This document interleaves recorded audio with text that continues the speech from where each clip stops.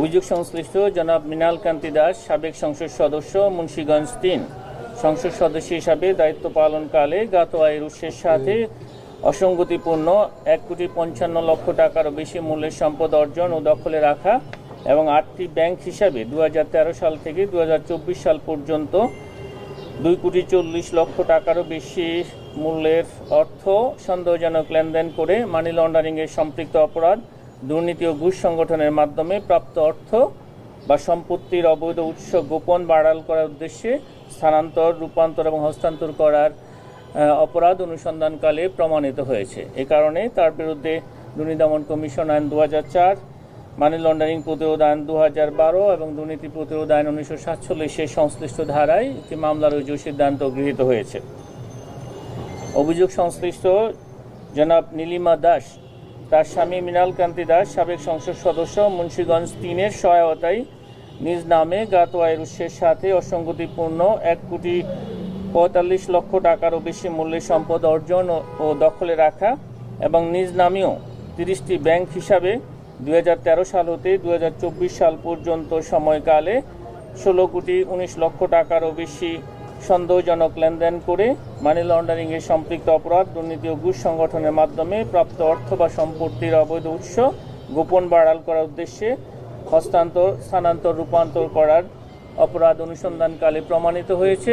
এই কারণেই তাদের দুজনের বিরুদ্ধে দুর্নীতি দমন কমিশন আইন ২০০৪, মানি লন্ডারিং প্রতিরোধ আইন ২০১২, দুর্নীতি প্রতিরোধ আইন ১৯৪৭ এবং দণ্ডবিধির সংশ্লিষ্ট ধারায় আরও একটি মামলা রুজুর সিদ্ধান্ত গৃহীত হয়েছে। আপনাদেরকে ধন্যবাদ। একটু দুটো বিষয় ছিল, আপনাদের একটা নির্দেশনার কথা আমরা শুনছি সাবেক প্রধানমন্ত্রী সহ তার পরিবারের, একটু জানাবেন কি বিষয় কি?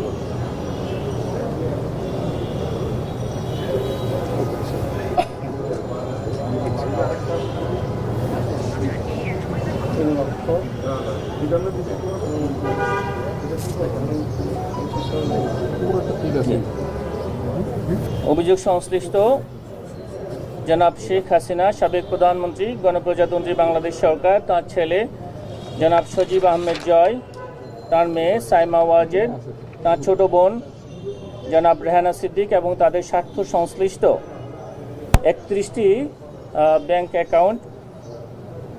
অ্যাকাউন্ট জব্দ করা হয়েছে। উক্ত ব্যাংক অ্যাকাউন্টগুলোতে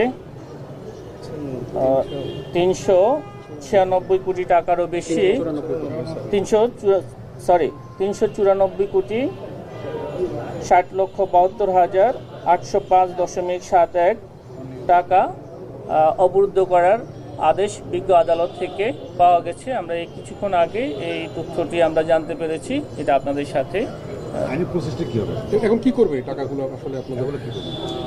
এটা অবরুদ্ধ অবস্থায় থাকবে। অনুসন্ধান এবং তদন্ত শেষে বিজ্ঞ আদালত থেকে পরবর্তীতে এই বিষয়ে সিদ্ধান্ত প্রদান করা হবে। বিসিবি বোর্ডের পাপনের ব্যাপারে একটা অনুসন্ধান শুরু করছিল,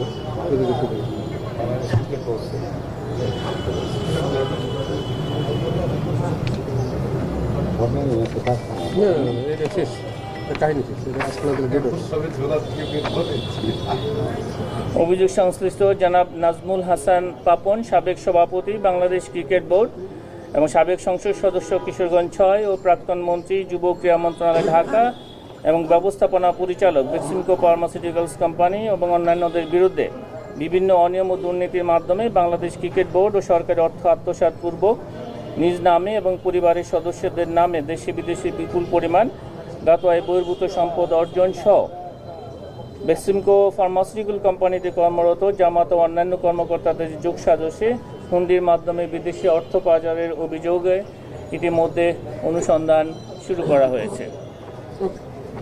অনেক ধন্যবাদ।